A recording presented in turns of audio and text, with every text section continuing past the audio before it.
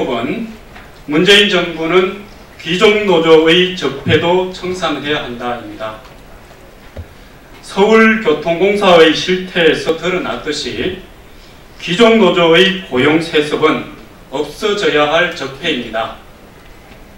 귀족노조는 이미 우리 사회의 고질적 병폐가 되고 있는데 고용세습까지 버젓이 저지르고 있으니 참으로 피해가 심각하다 하지 않을 수가 없습니다.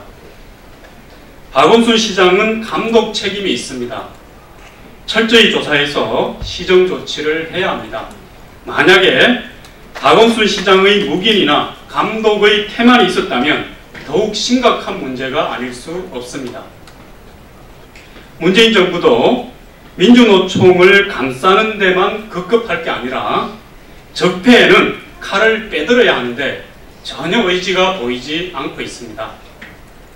이 정부의 행태를 보면 다 같은 채용 비리인데 어떤 경우는 칼을 휘두르고 어떤 경우는 눈을 감거나 심지어 옹호하는 이중성도 보이고 있습니다.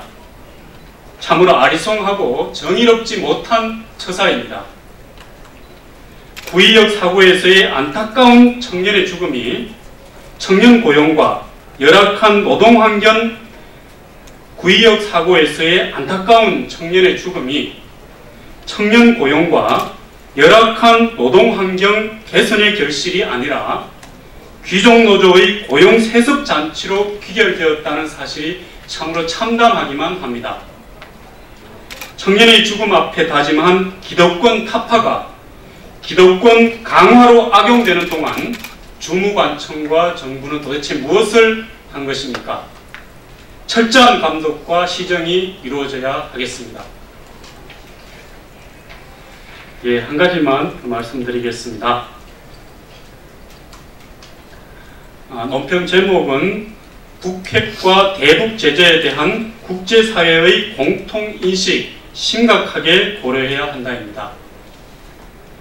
문재인 대통령의 대북 제재 완화 속도에 프랑스 대통령이 제동을 건 사실을 주목합니다.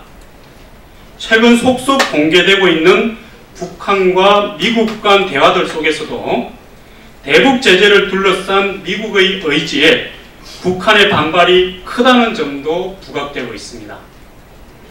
겉으로 보이는 위럴과 다른 것입니다.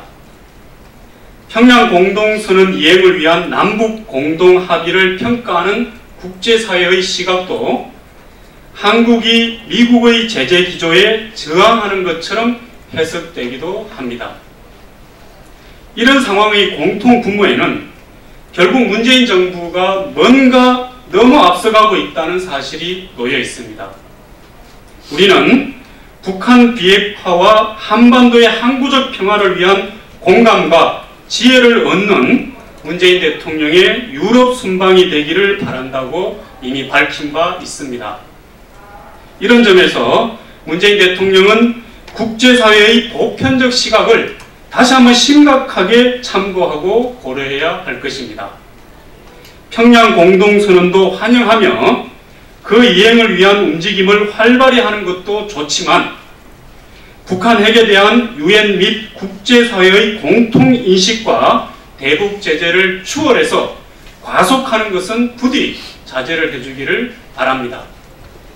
평화는 실질적이며 지속적인 노력으로 달성되는 것이지 성급한 마음만으로 다 되는 것은 아닙니다. 예, 이상입니다. 고맙습니다.